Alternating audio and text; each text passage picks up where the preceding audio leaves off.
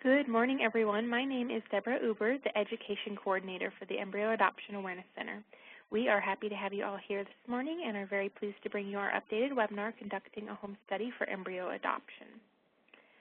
This morning we have Alyssa Trammell-McDonald and Kelly Poffenberger joining us as our presenters. Alyssa is the team lead for the Snowflakes Embryo Adoption Program. She oversees the Snowflakes matching as well as the legal aspects of the program. And we also have Kelly Poffenberger, the former Snowflakes Director and current Snowflakes Social Worker. Kelly has over 13 years of adoption experience and over 7 years working with embryo adoption specifically. Both ladies have worked with hundreds of clients during their embryo adoption experience working with Snowflakes. Before we get started, I'm going to do a little bit of housekeeping. During the presentation, all participants will be in a listen-only mode. There will be a question and answer session at the end of the presentation using the questions you submit through the Q&A feature. You may submit your questions at any time during the session, and we will answer as many as possible at the end of the presentation. To ask a question, simply click on the Q&A panel in the lower right-hand portion of the screen. Type your question into the dialog box and click the send button. If you happen to be in the full screen view, you can click on the question mark icon on the toolbar in the lower right-hand corner of the screen. This will open the Q&A panel on your screen only. When you submit your question, it will be visible to all of the panelists, but not visible to the other attendees. We expect the presentation to last approximately 45 minutes with 15 minutes for questions. And we will be distributing a copy of today's presentation and any answers to questions submitted today during the webinar. If you experience any technical difficulties during the presentation, please contact WebEx Technical Support at 866-229-3239. So let me go ahead and flip it to the next slide. And Kelly, we are so happy to have you with us this morning. I will go ahead and let you get started. Great. Thank you so much, Deb. And thank you, everyone, for being here. I'm so excited to see so many people who are registered for the webinar. Embryo adoption is an amazing process, and I am thrilled that you're interested in it.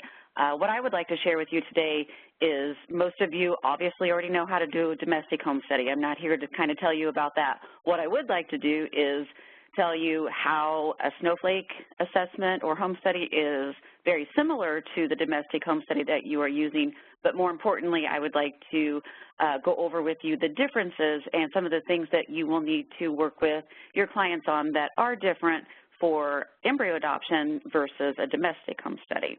Kind of first off, how they're similar is they follow the same home study model. You will follow the same domestic home study model to do a snowflake assessment.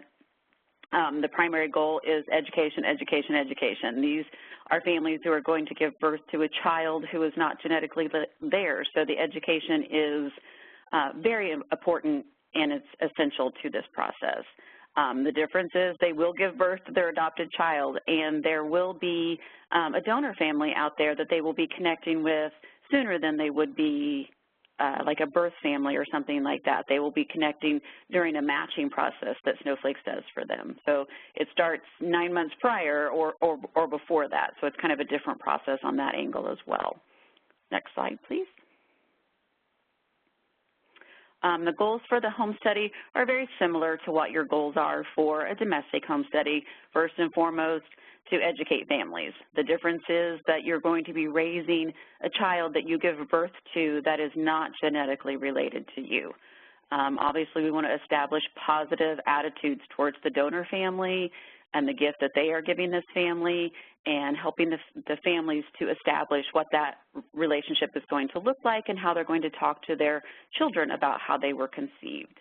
To discuss and encourage open relationships, make sure the family will know openness will evolve over the course of the child's life, just as it does in a domestic adoption, any of those type of things.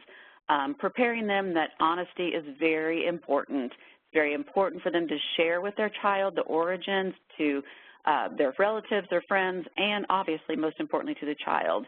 In embryo adoption, sometimes people say, yes, but the child will never know because, you know, there's pictures of me pregnant and I gave birth and that type of thing, but that doesn't make it any less important to share this with your child. Genetically, they are not going to be related to the family, and they need to understand where they came from.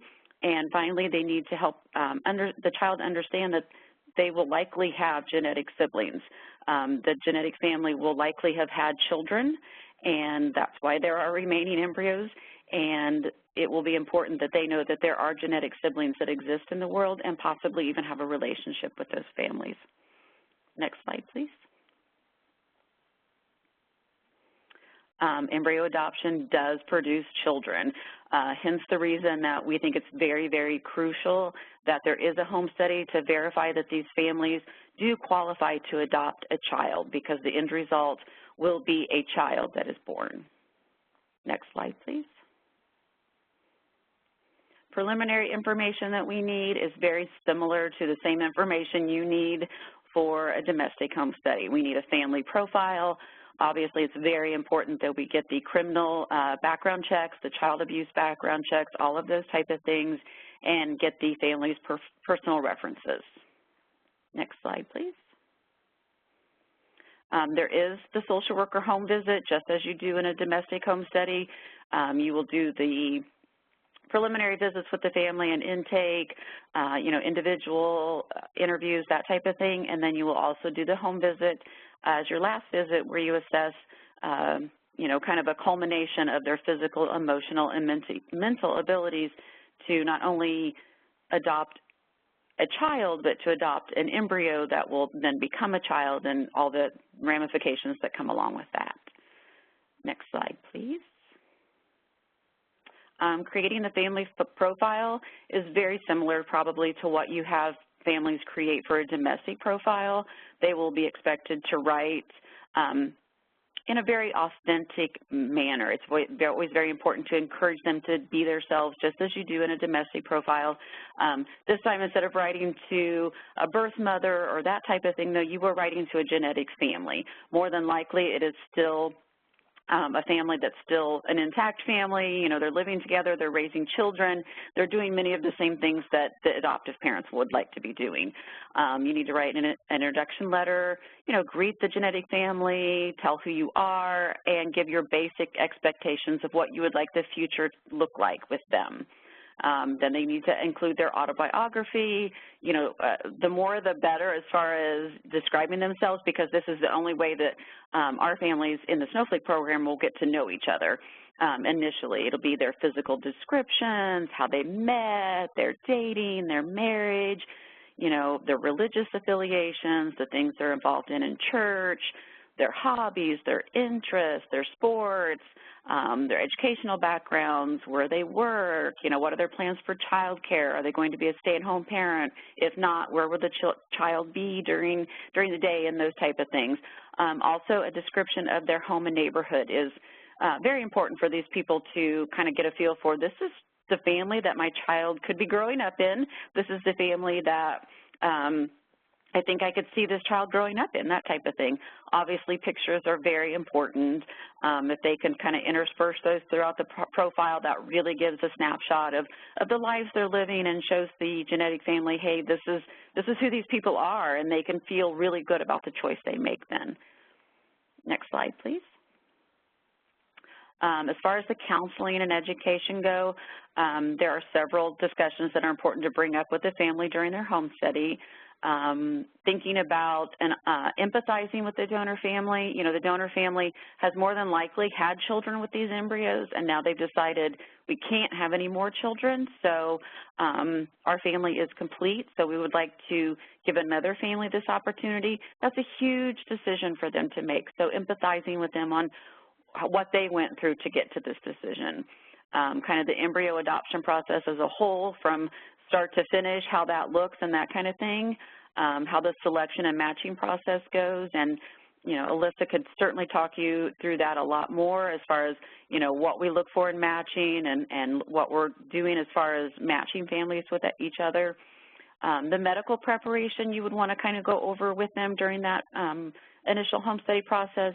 We aren't doctors, we aren't, any of those type of things, but kind of preparing them for what they are looking for that's going to be different than a domestic adoption. You are going to have to go through some medical preparation, and, are you willing to do all of those type of things, and are you physically able to do those type of things, and do you want to go through those type of things? And Also about the frozen embryo transfer and how that process will work, and shipping of the embryos and that kind of thing, which Alyssa will, can talk to you more about. And then obviously the pregnancy and birth, and that you're giving birth to this child, and how that's going to look and feel during that process, and those type of things are all very important to go over with the family during this home study process. Next slide, please. As far as attachment and bonding, it's very unique. Obviously, you will be able to experience pregnancy. Your families will be able to experience prenatal bonding, and they will even be able to nurse any child they give birth to. So it's a very different experience than your typical domestic adoption. Some of the things that you will really need to go over with the family is, who do we tell? Who do we tell our story to? Just like we talk to families during a domestic adoption, who are you going to tell your child's story to? You need to talk about those things with the adoptive family. Again, thinking about the donor family, thinking about your prenatal care, thinking about the pregnancy and how that's going to feel, and how different it's going to be a little bit different that you're carrying a child that you did not conceive on your own, but you're still going to be having a pregnancy and the joy of all of that. Same with birth and delivery, that you're going to have the opportunity to nurse the child and bond with the child, and so many different opportunities via this type of adoption as opposed to a domestic adoption. And most importantly, talking with the child. From an early age, start telling the child, even when you're holding them and nursing them, about how they were brought into this world and how they came to you, and sharing that story with them early and often makes it much easier to share with them throughout their lifetime. Next slide, please. There will be a post-adoption visit. Snowflakes just requires one visit after the baby's born. It's pretty standard form that we ask you to fill out. It's the same type of thing as you would do for a post-adoption visit for domestic adoption. The difference is we only ask for one post-placement visit versus 3 or 4, which is more typical in a domestic adoption.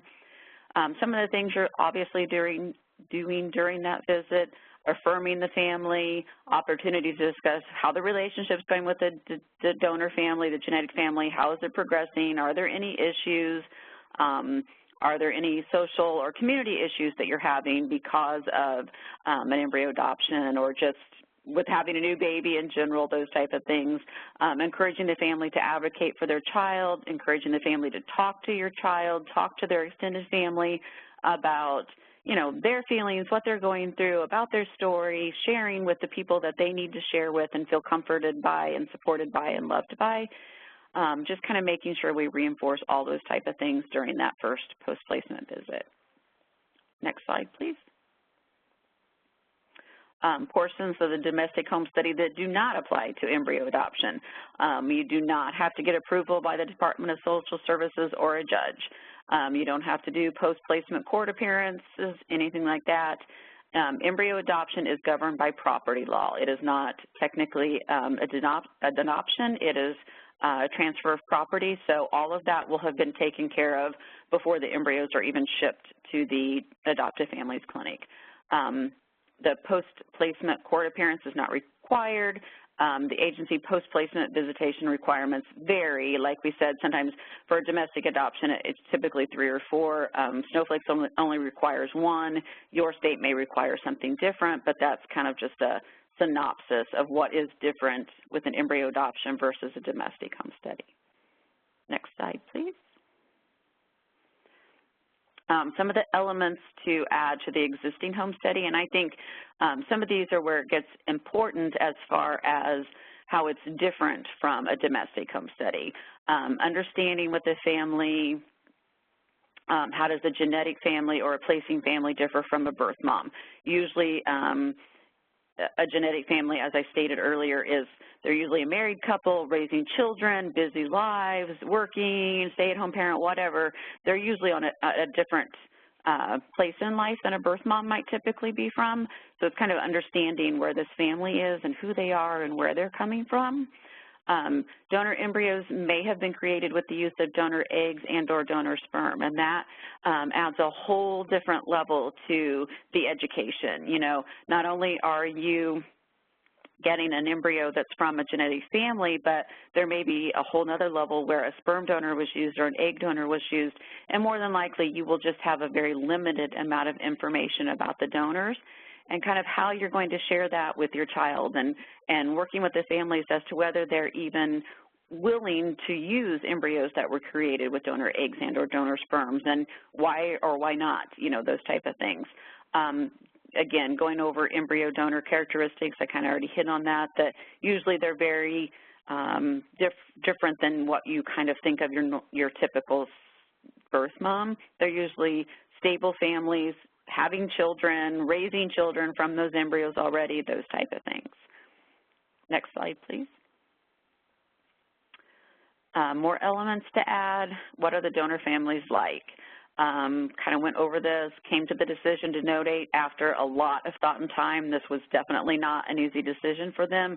Sometimes the embryos have been frozen for a few years because they just haven't known what really to do with them, and they're usually older than the average birth mother. Usually they've gone through having children, and maybe the embryos have been frozen for a while, so usually they tend to be a little bit older. They have experienced infertility, and they can certainly empathize with the adoptive family. They've been there, they've done that, they completely understand what this family's going through.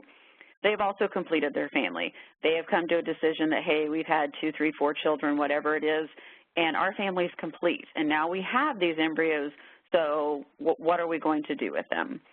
Most of them have children from the embryos that they're donating, and so there will be full genetic siblings out there somewhere, and it's very important to educate the families that, you know, these children are out there, they do exist. I don't want them to grow up and date each other one day or something like that. So even if they don't have a relationship, just the fact that they do know that these families are out there and that these other genetic siblings are out there. These families are choosing to give their embryos a chance at life. They value them. They've usually had them frozen for a while. They could have chosen to discard them. They could have chosen to donate them to science, something like that. They chose to give them a chance at life. That, you know, means that they value these children. They want to do what's right for them. They want to give them a chance at life. It wasn't an easy decision, and the adoptive families need to understand the process that they kind of went through to get to this point. Often they also understand the value of the openness and letting the future genetic siblings connect and know each other. Usually, most families want that for their children, not all, but most families want those genetic siblings to have that connection because they are genetically full siblings. And so whether they, you know, spend holidays together or not, just the fact that they know of each other and know about each other and know that they're accessible to one another if needed. Next slide, please. Alyssa, I think this is you now. Yes, thank you so much. Like Kelly said, just very excited to share some of the distinctions about from Snowflake's home study versus a typical domestic home study. Going on with elements to add to the existing home study that you're already working off of is understanding where families are coming from that are choosing to move forward with embryo adoption. So just as you're addressing the donor family and what their experience has been like, you're also wanting to address the specific circumstances that the family choosing embryo adoption are coming from and what may have led them to make this decision to build their family through embryo adoption. One of the major factors that we see in many of our families is infertility. Infertility may need to be addressed, so the social worker should have a basic knowledge of infertility problems.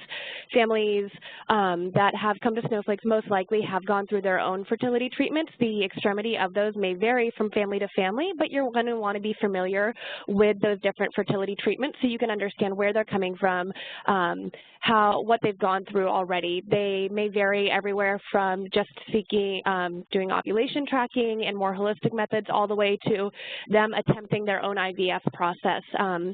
And just being aware of those different things and really talking through that with the family, what their journey has looked like so far.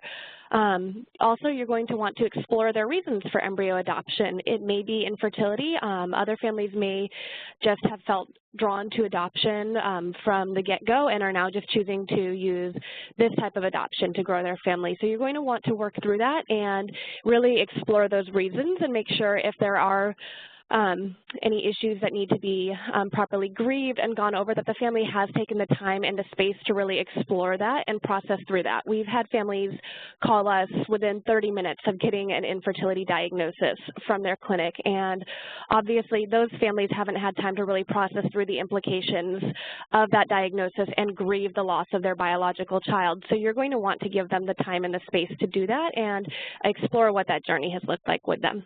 Next slide, please. As I mentioned, the couple may have fought for their chance to have a genetic child and still are hurting from the loss. They may still be grieving that. It can be very emotional for the adoptive family to realize that they need help from another family for a child. If they've gone through the infertility process, they have put so much hope in having their own genetic children that now switching gears to accepting, okay, you know what, we are going to have to bring another family into this. We need help to grow our family, can be quite the paradigm shift for them. They may have also experienced egg or sperm donation, or at least considered it. So as Kelly mentioned, some families utilize an anonymous egg or sperm donor in the creation of their embryos. The draw of that is if one person in the family is unable to have their own oocytes or sperm cells, they can utilize an anonymous donor, so that way the child is still genetically related to one parent. And most clinics will offer that as an option. So if the woman has a low ovarian reserve, or if the husband has a low sperm count, their fertility clinic may have suggested that as an option. And the family may have either utilized that option themselves, or they may have chosen not to, so exploring that with them. They may be emotionally and physically drained from their infertility journey. If they've gone through their own treatments, not only is it emotionally trying, but it also is physically exhausting as well, between the different hormonal treatments, the injections, the transfer process. It can be an awful lot for a family to process through, so they may be already very weary by this stage in the process that you're starting to talk with them. You want to explore the reasons for choosing embryo adoption. As Kelly mentioned, this has a draw for a lot of people because even though the children will not be genetically related to them, they still get the chance to experience pregnancy and give birth to their child. They have control over the prenatal environment, which can be reassuring when they look at other adoption choices. They know exactly what their child has experienced during the entire pregnancy, and they can be aware of that and have control over that. Additionally, they get to nurse the child and experience prenatal bonding. And another big draw is that parents will both have an equal genetic connection to the child. None. A lot of families that choose to not utilize an anonymous egg or sperm donor can be because they did not want the child to be genetically related to one parent but not have that connection with another. So as such, embryo adoption can actually be a great option for those couples because it puts both parents on equal footing as far as genetic connection to the child, which is they both have none. Also, they get to have a due date. They get to experience all of the joys of pregnancy. They get to have a baby shower. They get to experience birth and invite their family and friends into this journey if they're, depending on who they're choosing to share with. Next slide, please. As I mentioned, they get to experience pregnancy and gestational bonding. They get control over the prenatal environment. And also, they get to have specification of preferences regarding the donor family. So during the matching process, I'm going to go into that a little bit right now and just explain what that looks like and what their preferences are and what the donor families are and how that's unique in embryo adoption. They get to say, okay, you know, these are our preferences as far as communication. Obviously, you want to explore what the adoptive family's thoughts and attitudes are towards the genetic family and explore what they're envisioning as far as contact and the relationship with the genetic family. And we will match them with a genetic family who's on the same page. So say the adoptive family wants to exchange letters and emails once or twice a year and get updates and have the genetic family available so that their children can meet their genetic siblings someday. We will match them with a genetic family who's on the same page and has similar preferences as far as that goes. They also get to let us know how many embryos they're willing to take on and other things like that that will all be taken into consideration when matching them with a donor family. Also with embryo adoption, when they go through the Snowflakes program, they adopt a full sibling set of embryos. So they would adopt however many remaining embryos the family had after undergoing their own IVF procedures. So we've had families donate everywhere from a single embryo all the way up to over 20 embryos. And if a family is wanting to have multiple children through embryo adoption, they can adopt the full sibling set of embryos, which may be a larger number, giving them the opportunity to use any embryos for future family building efforts as well. So they may have one child through embryo adoption, and assuming they still have embryos remaining from that sibling set, they can use those embryos for future transfer attempts as well and raise full genetic siblings in their family. On that note, though, they may have remaining embryos after that process. If they get to a point where their family is complete and they still have remaining embryos, we help the genetic family find a subsequent adoptive family for those embryos. They also get to give birth to the adopted child, and as Kelly already briefly mentioned as well, there's no finalization required by law. In the United States, if a family gives birth to that child, their name goes on the birth certificate regardless of genetics. So the adoptive mother's name would go on the birth certificate since she carried the pregnancy and is giving birth to the child, and her husband's name will be listed as the father. So there's no need to go to court and have it finalized since both names are already on the birth certificate. Next slide, please. There are some disadvantages to embryo adoption. There is the potential for multiple birth pregnancy. So depending on how many embryos, their fertility clinic recommends they transfer at once. They can transfer anywhere from 1 to 3 embryos, although we are seeing families choosing to transfer a lower number of embryos now, just because there is the potential for becoming pregnant with multiples, which can just increase health risks for the children and the mother. So we do advise families not to transfer any more embryos than they are willing to carry to term. So if the family is greatly concerned about carrying multiples, we would advise them to discuss only transferring a single embryo. Also, the donated embryos may not survive the thawing process. There's not a 100% thaw rate for embryos. It's actually closer to about 60%. So say a family adopted 10 embryos. On average, about 6 out of those 10 embryos would survive the thawing process. However, there's always cases that don't quite line up with the general statistics. So if the family adopts a number of embryos, none of those embryos may even survive to be transferred in to the adoptive mother. So with that, our program would rematch the family for free with an additional set of embryos, but the adoptive mother has still gone through the medical preparation process for that transfer and is not going to be able to have a transfer at that point in time. She would have to wait until she's matched with another set of embryos. So that can be a drawback.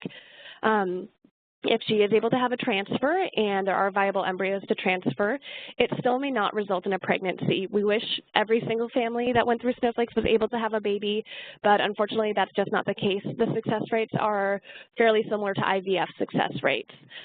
Also, they may not successfully carry the pregnancy to term. They may become pregnant but then lose the pregnancy. So that can be a downside for families, especially you're going to want to explore families and their own fertility journey and process through these potential downfalls with them and make sure that they are in a spot where emotionally they are prepared to address these concerns as they come up. If the family has already gone through multiple infertility treatments and is at a point where really they just don't feel like they can handle more letdowns, at this point, honestly, embryo adoption may not be the best option for them. You want to gauge where they're at, their resiliency, and make sure they do feel prepared for these potential pitfalls. Also, the matching is geared towards the donor family's desires. We let the donor families set a list of preferences for the adoptive family. So we ask them everywhere from, do you care how old the adoptive family is, their education level,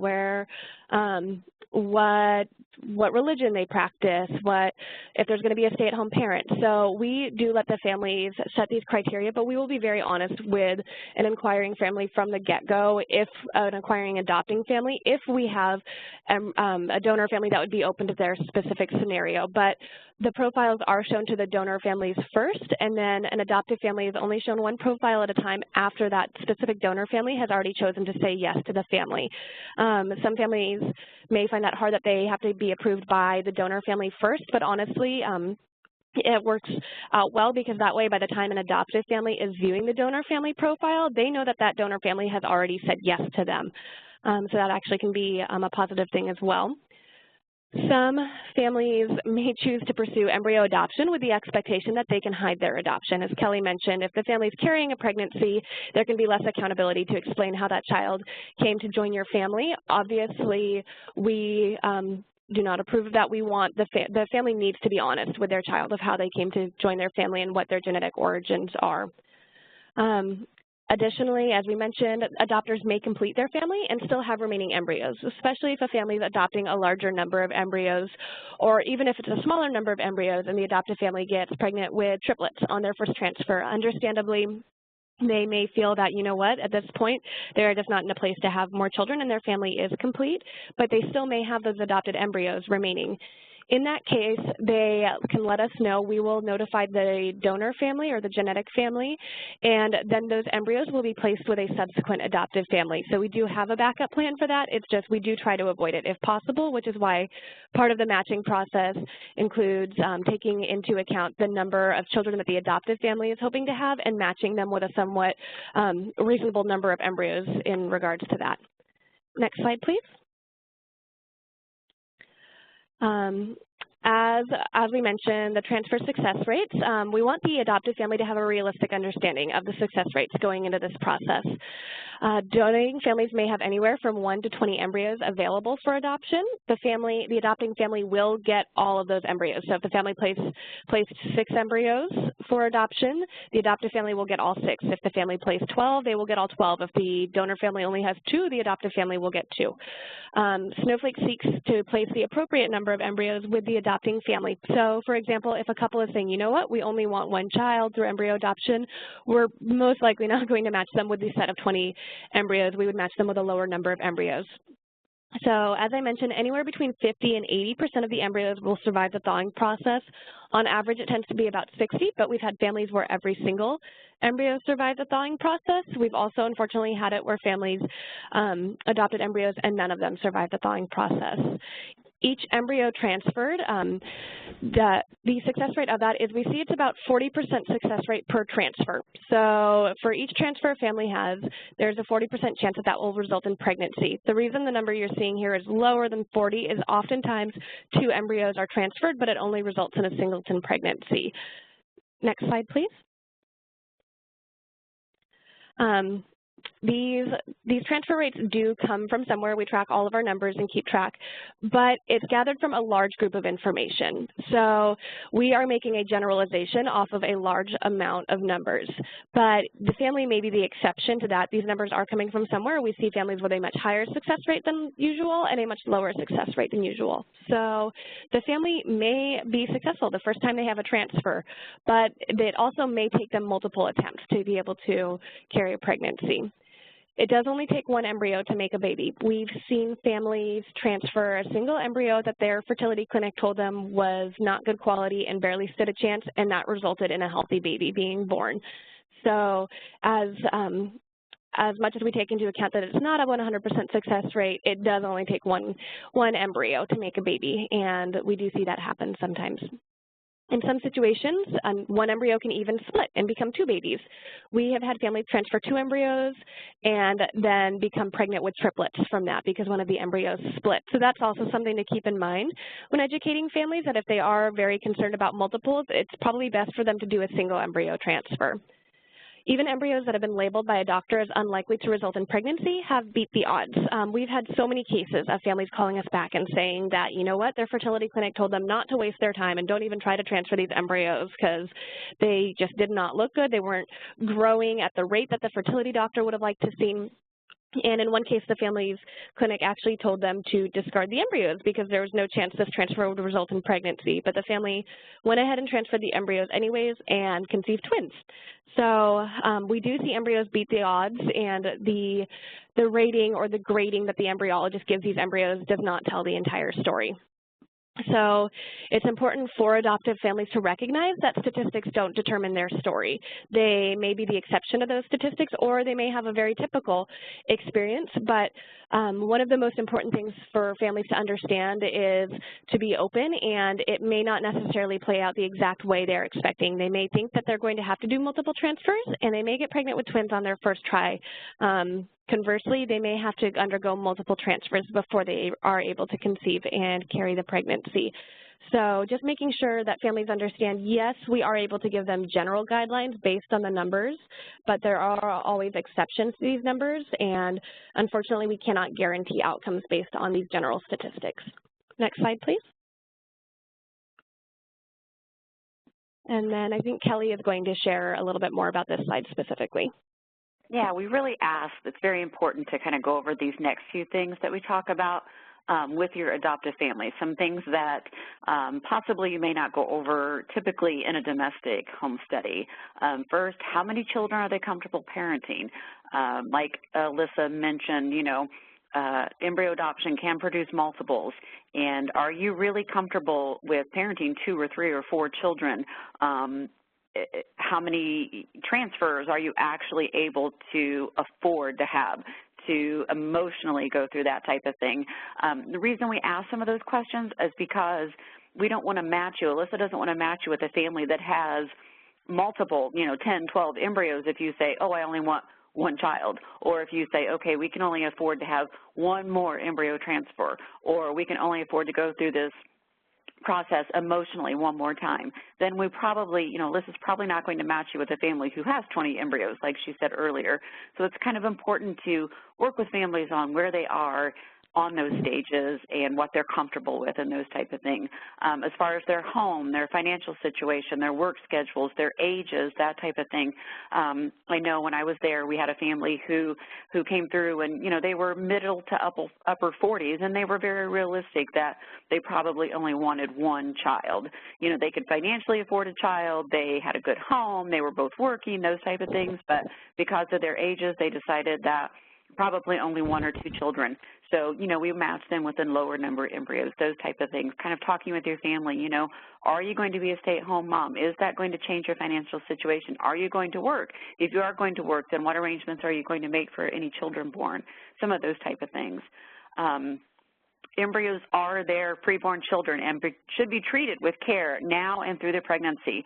So we're trying to do what's best for these embryos way early in advance in this process. You know, our goal is always that all these embryos are given a chance and that they get the best opportunity in life possible. Part of that goes along with the family should understand and be cognizant of the fact how many embryos can we actually adopt and thaw and transfer. You know, we've had some families who are young and want to have multiple, you know, children and all those type of things. Okay, great. Maybe they can be the family that adopts the 20 embryos or the 15 embryos or that type of thing. They can afford multiple transfers. They can go through all of that type of thing.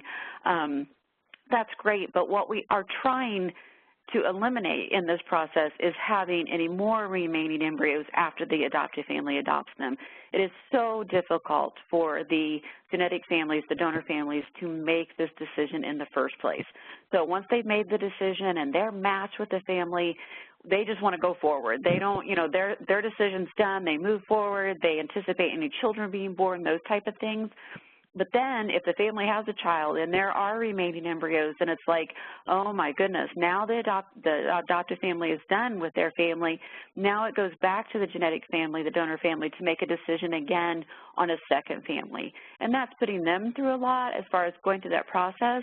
But in the long term, it's also putting the children in a whole different position, because now there will be genetic siblings that are born possibly to 3, maybe 4 different families. So you're looking at genetic families, genetic siblings being spread across the country possibly. You're looking at genetic families having siblings that are, you know, in different parts of the country, and trying to keep in touch with those families and having some sort of relationship with those families. It's a whole different level when there's more than the 2 donor, you know, just the donor family, the adoptive family. There's the donor family now and 2 or 3 adoptive families. So we try to look at all those things up front with the families to eliminate those situations if possible. It's not always possible. Like Alyssa said, you know, you get pregnant with triplets up front. I understand you don't want to use your remaining embryos. I get that. But we try as best we can to try to eliminate some of those things in the beginning so that it's not a problem in the end. And part of this is, are they presenting themselves with integrity in their profile? Are they being honest with you during the home study process about all of these variables? And are they being themselves with honesty in their profile about what they're really capable of and really wanting to pursue as far as the family goes? Sometimes when families come into the program, all they want is a baby. That's all they can see. And so they're like, yes, give me 20 embryos. But that's not the best option for those embryos. And so it's educating those people through the home study process. So hopefully by the time they get to the matching process with Snowflakes, they're very cognizant of what they can handle, what they can't handle, what they're willing to go through, what they're not willing to go through, and it makes the matching process easier for the Snowflake team. Next slide, please. Okay. Okay, and picking back up with considering the genetic family, consider the impact on ability to transfer the embryos that they adopt. Also talk with them, make sure the adoptive family has finances to pay for the number of transfers they're talking about. So a family may desire to have multiple children through the embryo adoption process, but transfers cost thousands of dollars per transfer. And so when you start looking at multiple transfers, that amount can really add up. So the family who was originally budgeting $12,000 to $15,000 for their embryo adoption program may fail to take into consideration that number can get higher than 20 when they're looking at many transfers.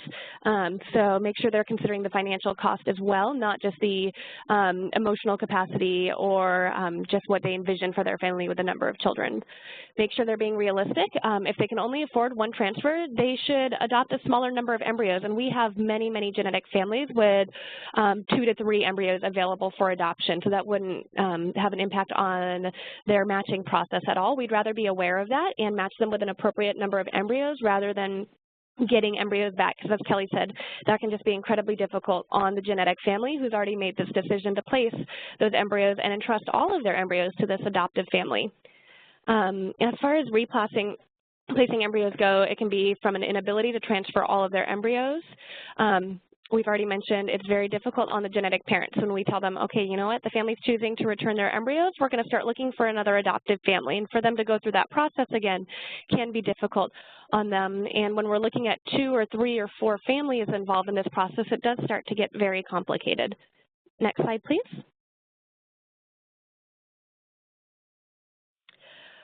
A lot of this process of the home study process is helping the adoptive family better understand the donors and also themselves, and helping them to be self-aware of where they're at in this process and how they're processing through all of this.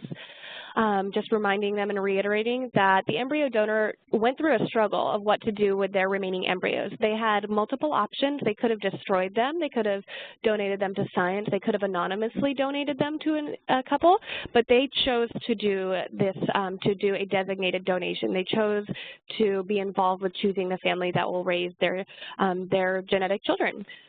They were once infertile themselves. This is something I like to remind adoptive families, that oftentimes if adoptive families are hesitant to have an open relationship with a genetic family, or they're concerned what that might be like, oftentimes the genetic families actually wind up being the adoptive family's biggest cheerleaders throughout this process, because they've gone through this themselves. They've had the negative results. They've had the anxiety of waiting for the pregnancy results over those 10 days from the transfer. And they can really empathize with them and really journey through this process with them. Also, their family is complete. They are not making this decision out of, they are not on a time crunch for this decision. They're not making this from a panic state. They have had time to think this over. Anytime a family is placing their embryos through our program, if they ever express any hesitance or, you know what, we're not sure if this is the right thing, we tell them, that's fine. We're going to put you on hold because we'll be here when you're ready, but you take the time and the space to process through this. So our families that are placing their embryos are at a place, they have made this decision and thought it through very well.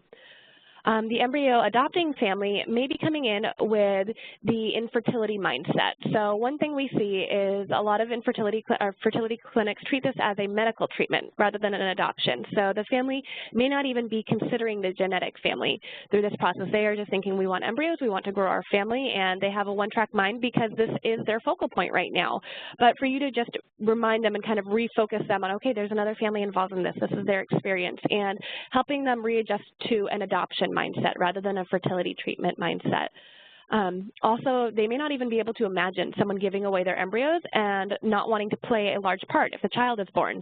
A lot of adoptive families may be afraid of the genetic family wanting to helicopter parent or co-parent with them, which is not the case. As we mentioned, these families made this decision over a period of time and are not looking to parent another child. They oftentimes are just very excited to be able to help another couple going through their own infertility journey.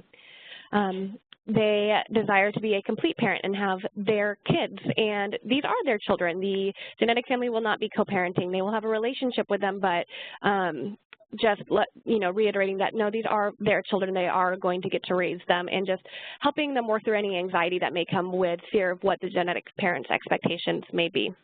Next slide, please. On that note, you are going to want to explore contact with the donor family in detail. There are many reasons for establishing and maintaining contact, creating a positive relationship that will be helpful in the future.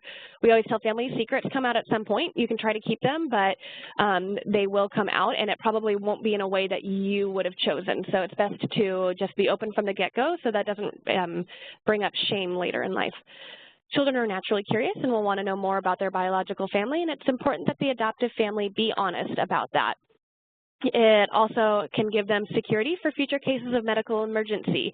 This can, by being honest with a child about their genetic heritage and letting them know that, there are these biological parents, that can be very helpful if medical concerns do arise. There's the option to contact the genetic family and ask if that runs in their family and get any advice from them.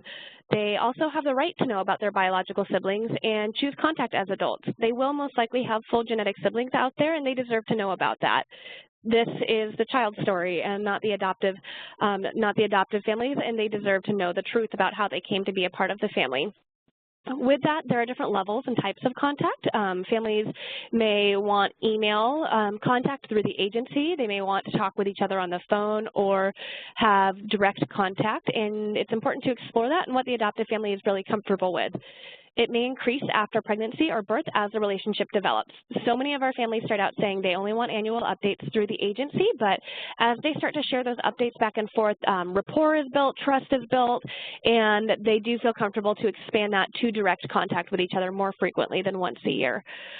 This can come from the donor mother thinking that she can be helpful. If she's carried multiples herself and the adoptive mother is now pregnant with twins, she may want to share, hey, this is what worked for me, this is what didn't. These things helped me during my pregnancy. And typically the adopting mothers enjoy this interest and also the support from the genetic family, so that can be a great benefit to the adopting mother as well. Next slide, please. Also on these notes are who should they share with, telling their family and friends. Some families will choose to be very careful with who they're telling because, as we said, the pregnancy is not a guaranteed outcome. So they may choose friends and families very carefully when planning their transfer because it can be very painful for them to share about an unsuccessful transfer. They should have some support group who does know what's going on, so if there is a negative outcome, they can share that and be supported by them, but they may be somewhat limited in who they're choosing to tell. Much like families, even when they conceive a child naturally, may choose to limit who they tell about the pregnancy until they've cleared the first trimester.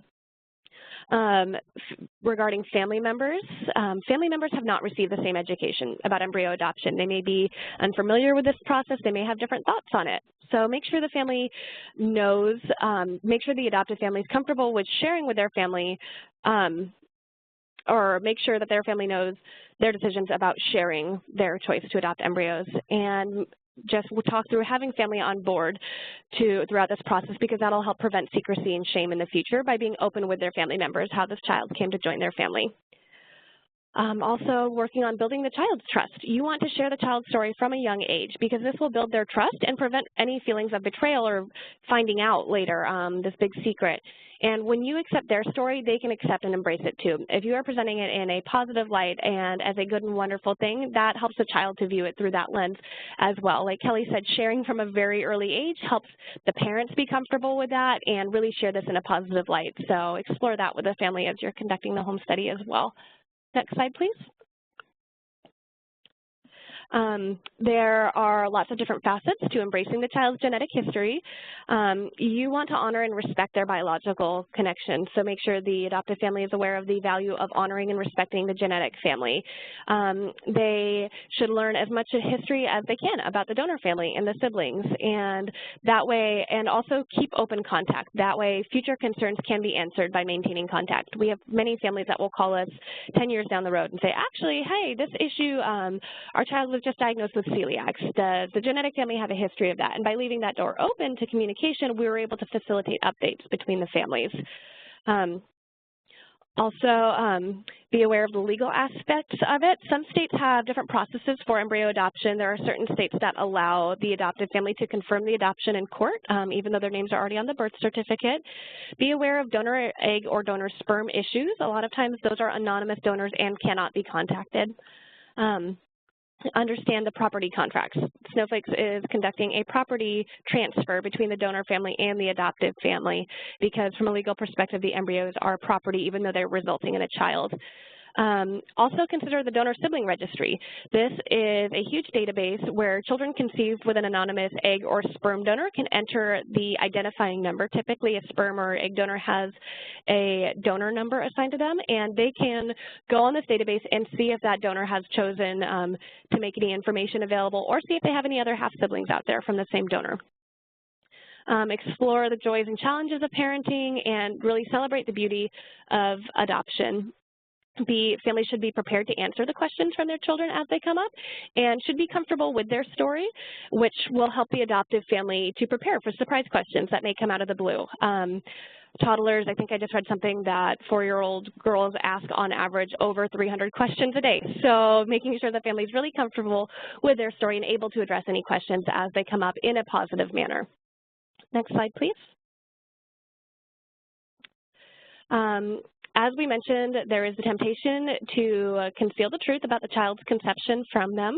Make sure some families may want to pretend that the pregnancy was natural, so they never need to feel like they're not the child's quote-unquote real parent, even though they are the child's parent. Just really emphasize with your families the difference between secrecy and privacy. It's one thing to let the child share their story on their own terms with friends as they grow versus being secretive, which implies that there's something shameful about what is being hidden. Help the family to decide who they're going to tell about their embryo adoption, when they will tell people, and how they're going to respond to comments like, oh, they look just like you. Make sure you're exploring these in advance with the family, how they're going to react to those. The most important person who should know their history is the child. And as we mentioned, secrets eventually come out, so if you can share this in a positive light from the get-go, that will help avoid feelings of betrayal or mistrust down the road. Next slide, please. Also, as we mentioned, there is the facet of grieving the loss of a genetic child. Sometimes a family will come to us and say they want a child that looks just like them. They want a tall child with this color eyes and this color hair, and there may be a variety of justifying statements such as, well, we want the child to blend in, we want them to feel accepted, but typically when a family is putting such a high emphasis on the physical appearance of the child they'll be adopting, it can be suggestive that they haven't fully grieved the loss of their genetic child. Even if we do place them with a family that seems very similar to them, their future child will have different looks and traits. Nature and nurture both matter. So yes, there is the genetic component of what the child will look like, but also I'm sure we've all seen cases where kids, regardless of their genetic connection to their parents, take on their mannerisms and their speech patterns and wind up, being very, very similar to them in those ways. If you don't address this difference, it can make a shameful secret rather than just being honest about the child's traits. And it's also not the child's job to make them feel like a real parent. It's not up to the child to look and behave in such a way that it affirms the parents, their identity.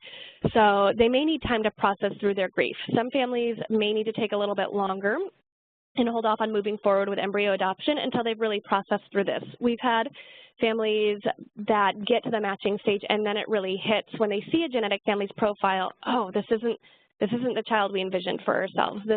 They don't look like us.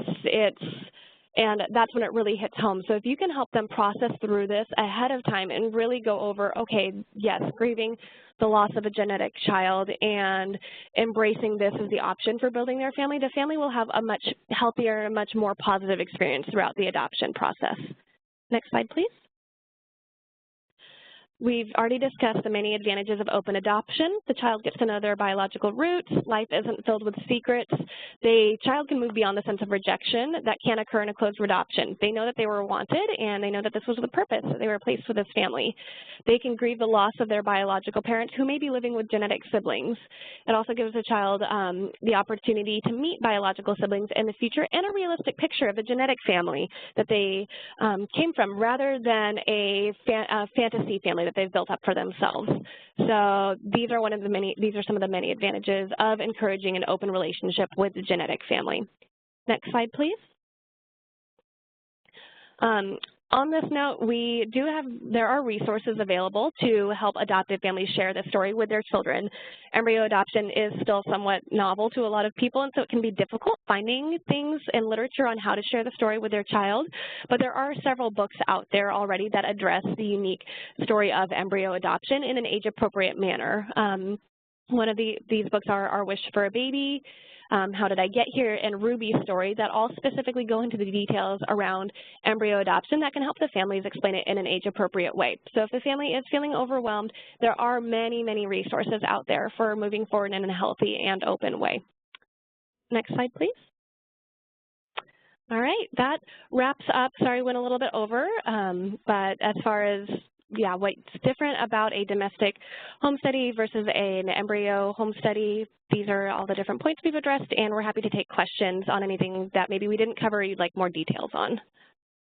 Yeah, thank you, Alyssa. That was really great, both you and Kelly. I know it's a lot of information to go through, and so I did just want to let everybody know that I'm going to be sending a follow-up email by the end of this week that will contain the slides from this presentation, as well as a recording, link to the recording, so you can review it if you need to go back and kind of review things.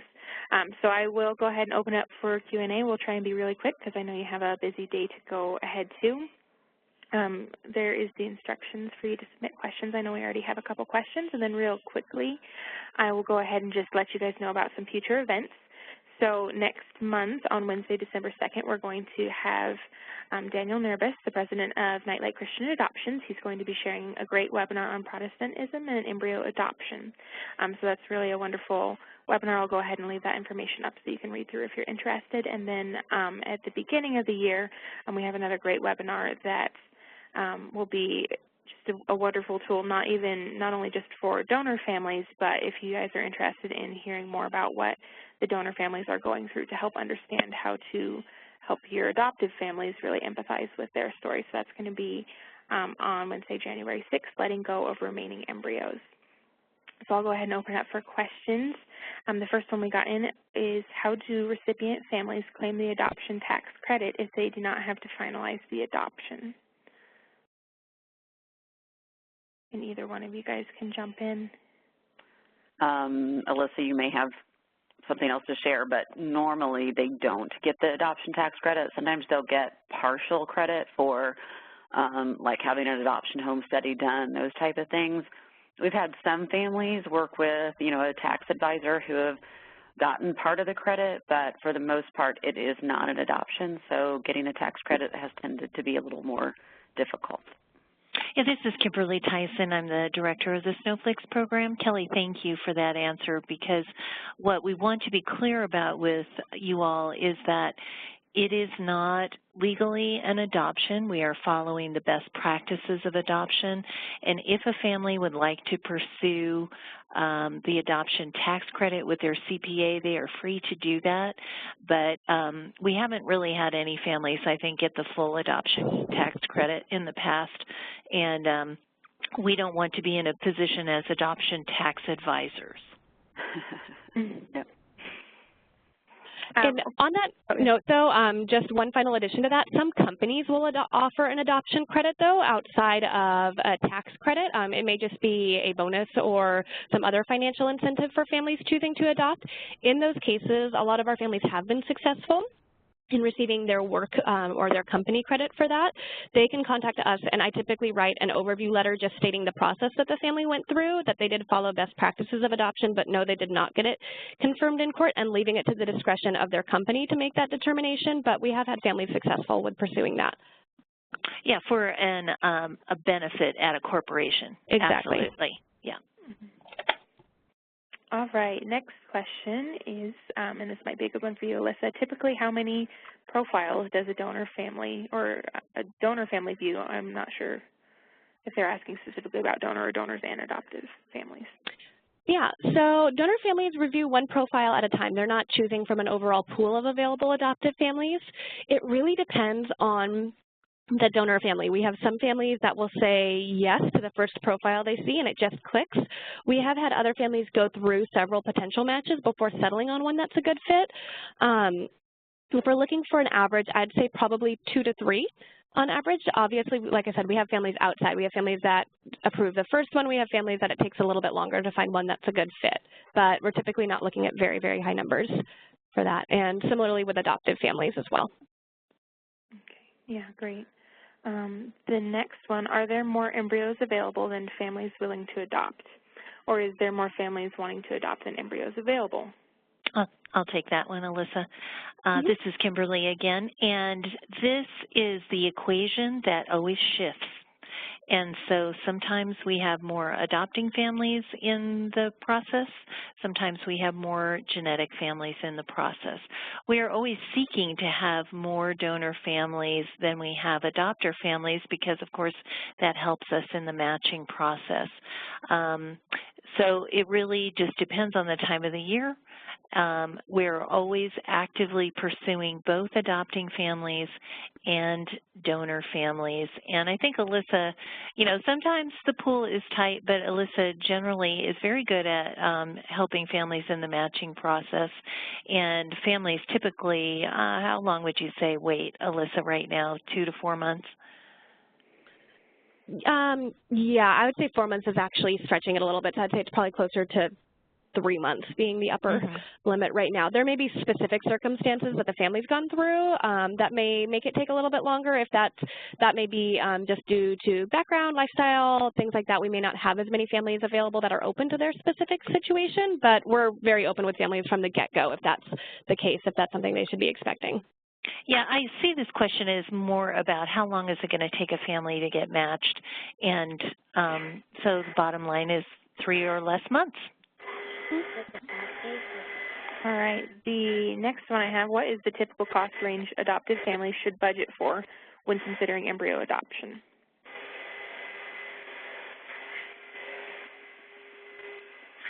I can go ahead and take this one. The Snowflakes program fees are $8,000, and that's just flat. They don't have to worry about any unexpected expenses coming up for Snowflakes in the midst of that, and that covers everything from application, matching, legal, and getting the embryos to their clinic. Costs outside of that $8,000 are the costs of the home study. So add whatever your agency is charging for the home study process to that $8,000.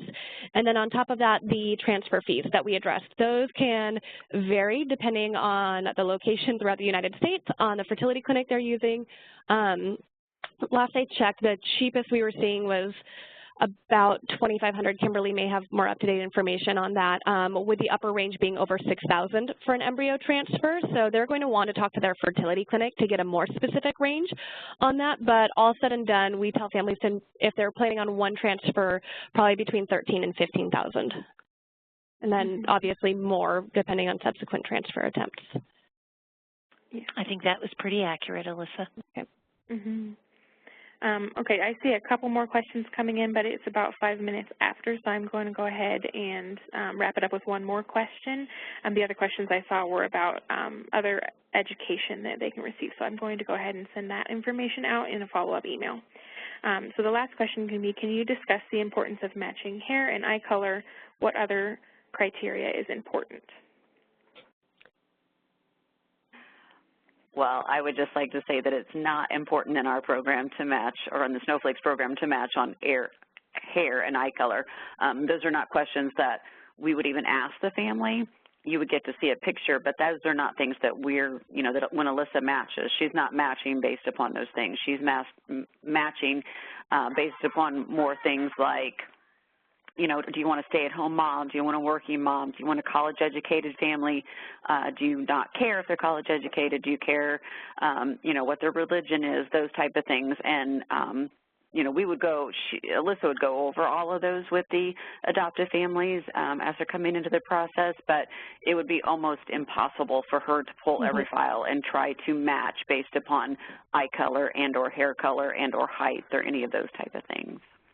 Yeah, and on that note, we do let the family specify what ethnicity they're open to accepting, just because we want to make sure that they're being culturally aware of that child's history and capable of embracing all of that. But beyond that, yeah, when we look at the number of families we have available, it's much more important for families to be on the same page as far as communication and an open relationship goes, and their expectations on that, and having similar values so they can be supportive of one another throughout that. So by the time we narrow it down to the number of embryos that's a good fit for the family, the communication level, the donor family being comfortable, there's typically a much smaller number of available genetic families that would be a good fit, and to apply an additional filter of hair color and eye color just wouldn't be realistic. We wouldn't have a match, most likely, that would match on that minute of a level. And one good reminder for families, too, is, yes, you have information about the genetic parents, but these children haven't been born yet. And, I mean, as anybody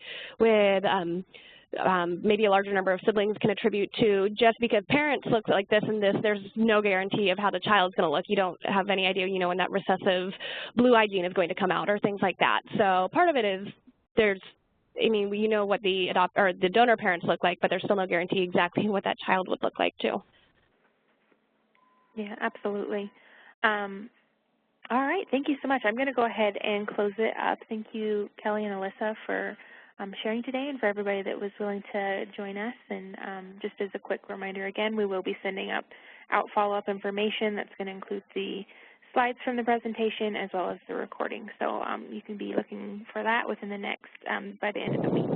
So again, thank you for joining us, and I hope you have a great day.